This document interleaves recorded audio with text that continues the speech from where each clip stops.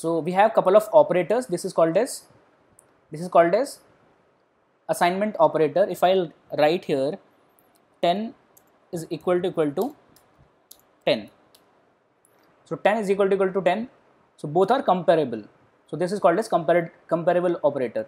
So after comparison, you'll get the answer as true or false. True will be treated as 1 and false will be treated as 10 is equal to 12. No, false will be treated as 0. Okay. So this is what helpful for us. If you'll write 10 greater than 12, false, it will give you direct comparison, right? 10 greater than 12, true. Understood? So all the operators are available, 10 and 12. So it's an AND operation logically. So 10 or 23. So all these keywords can be used. These are the keywords and these were the commands. This was the difference. Okay. And these commands are for typecasting process. Okay. And these were the data types. Here we have used the accessing power. This was the process of accessing any particular location. This was the process of accessing any particular area, any particular range. Okay. So let me write once again a string. So B was hello 1 2 3. So if you want to separate all these words, right, all these words separately, so how can you do this? There's a command called split. B dot split within bracket single quote space. So based on this space, I want to split B. So the meaning of this command is B, I want to split B based on the space. So everything, whatever is available in this B will be splitted in couple of words separately and will be stored in one of the variable called suppose C. C will be storing all the information and C will be the list now. C will become a list, it will become a list and everything will be coming separately. Understood? Okay. Now this is your string and we want to convert this string into a number. So what we can do, I want to access this information then. I want to access this information.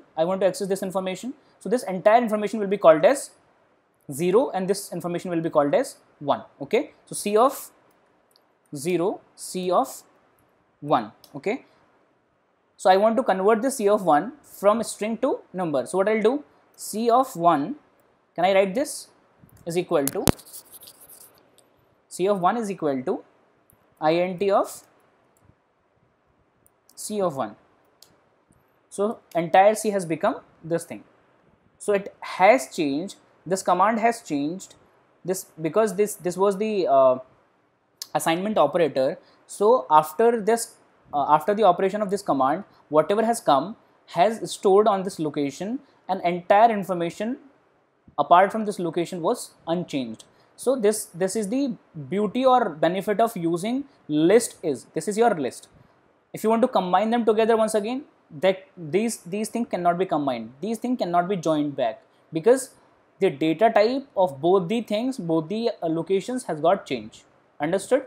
Okay. So now suppose I'm talking about C of 0 and inside which I want to access this E. I want to extract this E, right? I want to extract this E basically. So what I'll do, I'll write C of 0 of 1. So this 1 will be working under this thing. So C of 0 will be giving you hello, hello of 1 will be E. Understood? This is how you can go in multi-dimensional data also. So this data will be called as list in 2 dimension. Okay. Suppose I am writing here C is equal to 1, 2, 3, 4 or 44. So this is your one of the list, right? Here the dimension of data would be 1D, but wherever string will be taking place, suppose I have written C is equal to let's talk about multi-dimensional data. Multiple brackets can be coming inside also. Suppose I am writing 1, 3, 5. Let's talk about 2, 4, 5. inside this bracket we have got one more bracket here. Let's talk about this 3, 4, 6. Let's talk about one of the bracket also 10, 20, 30, right? This is what we have got.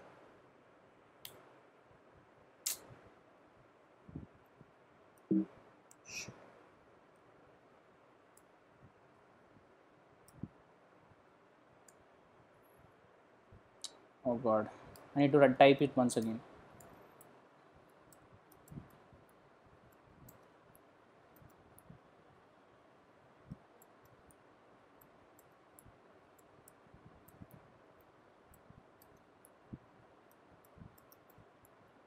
Yeah, so C is available like this. So how do you think, how many dimension do we have here available? How many dimension do we have available here?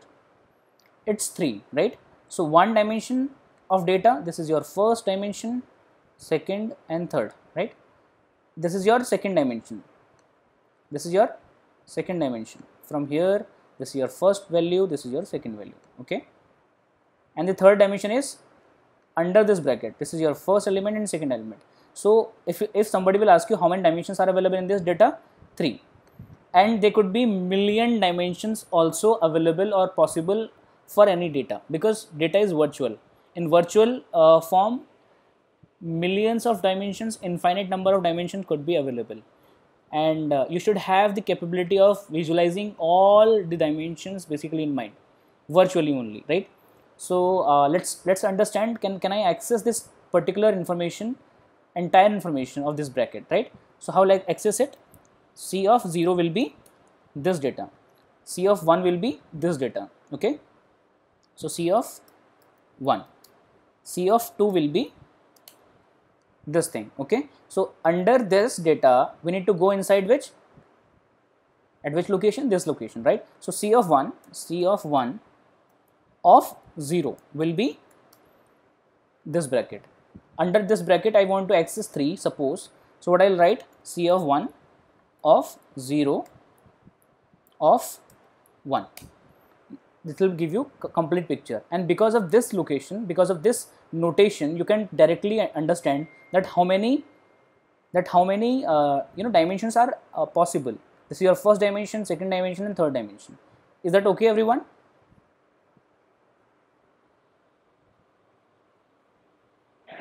Okay, sir. Yes, sir. Okay, so let's go ahead. Yes, Yes. Saurabh, it's fine otherwise, but do we need to remember all of these things? Which thing? This is the only option, I think. Like all the commands and all these things, we need to, kind of cramming we need to do. No, sir. Something like that. You need to do practice only. Practice. Once you need to go through with many commands, possibly for all the, because in Python there are millions of library available. First, in every library there are thousands of commands, so it's not at all possible to remember all the commands.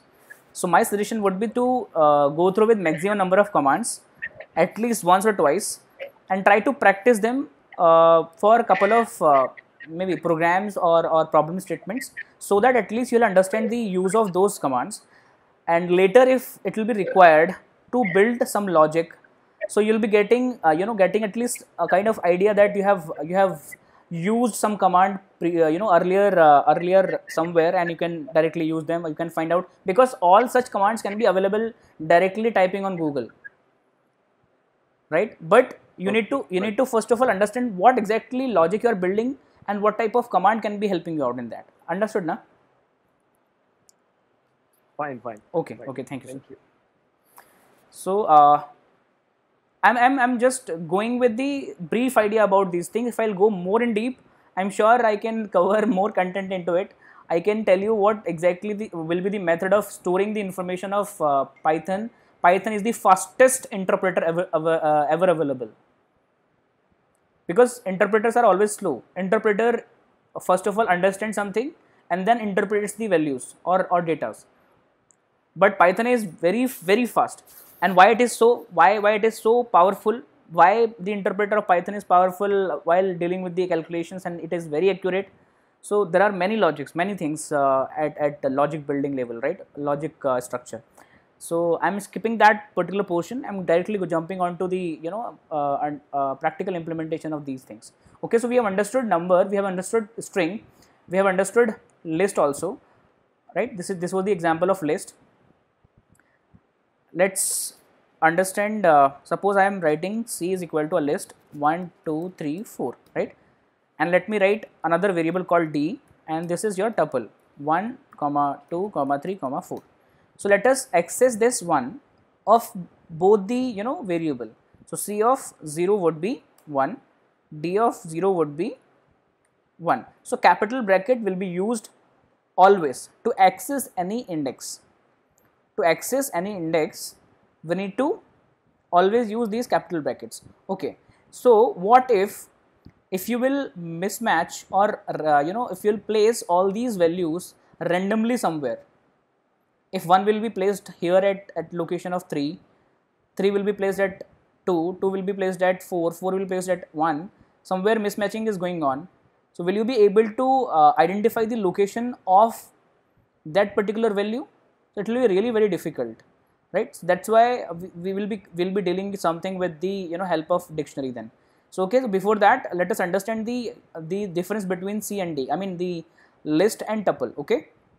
Okay. So C of 0, I want to change C of 0 from 1 to 100. So I have replaced 100, this value, at this location. So final C has become 100, 2, 3, 4. So can we do it? Can we do it on tuple also? So it told tuple object does not support item assignment.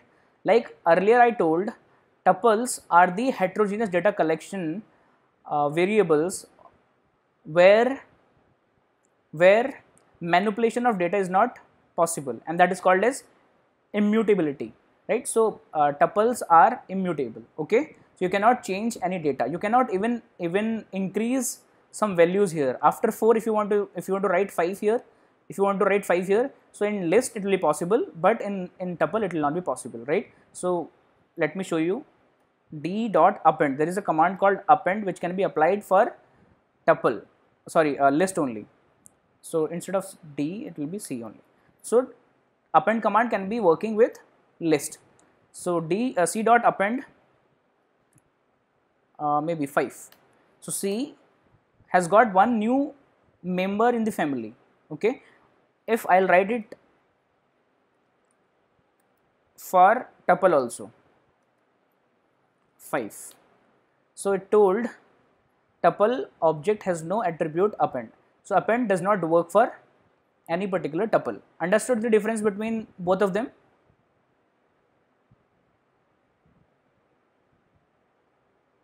Yes, sir. Understood. Yes, sir. Okay. So according to your uses, suppose you want to store your passwords. So please keep those passwords protected by this particular data type. Understood?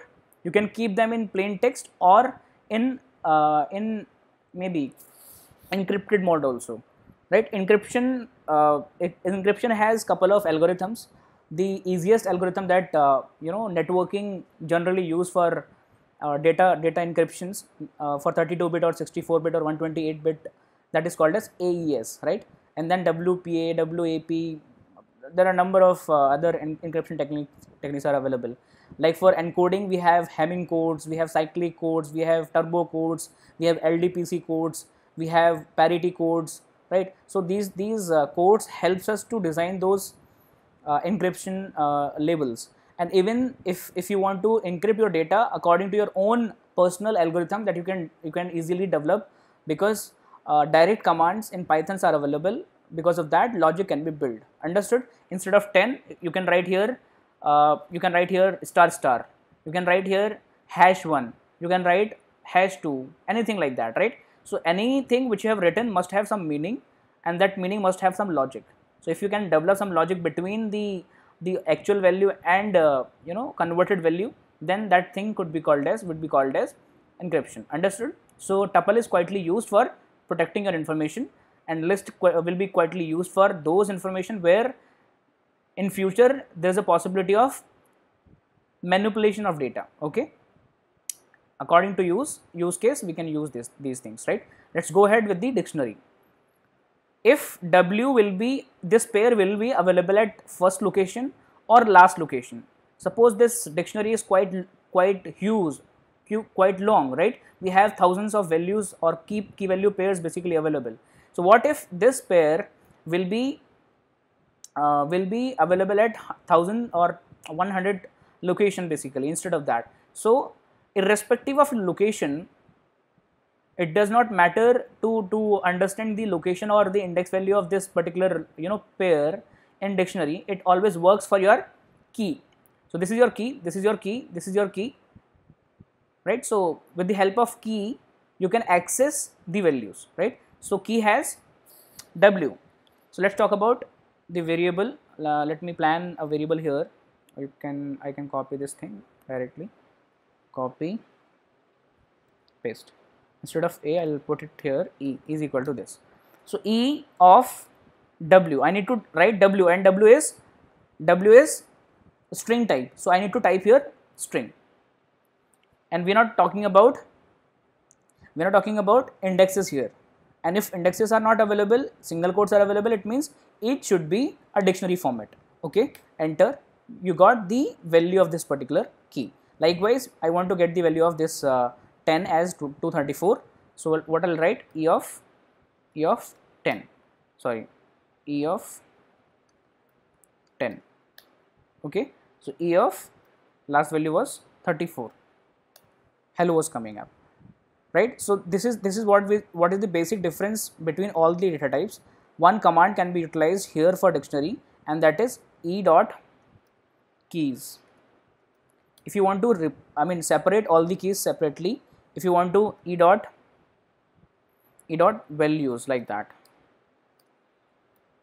right? So all the values will be separated, right? So you can use this command to deal with these kind of operations. As many as commands you'll be understanding related to any operation, and the confidence you'll be building to build a logic very easily in less amount of time. So you need to give proper time for practice or practicing these commands on building different logics basically. Okay, so there are millions of commands available already in Python, so memorizing is not the right option. Shall I go ahead now?